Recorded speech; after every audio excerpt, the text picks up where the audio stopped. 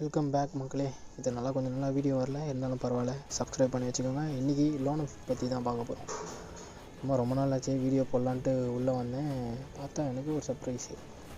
என்ன சர்ப்ரைஸ்னால் அது நீங்களே வந்து பாருங்கள். என்ன நம்ம ஃபார்ம் என்ன லட்சணத்தில் இருக்குதுன்னு பாருங்கள். அடிச்சுதான் மக்களே நம்மளே. சரி விடுங்க, அடுத்த ரவுண்டு வெறியோட போவோம். ஏய் இரா வரதுக்குள்ளே அடிக்காத, கொஞ்சம் வெயிட் பண்ணேன்.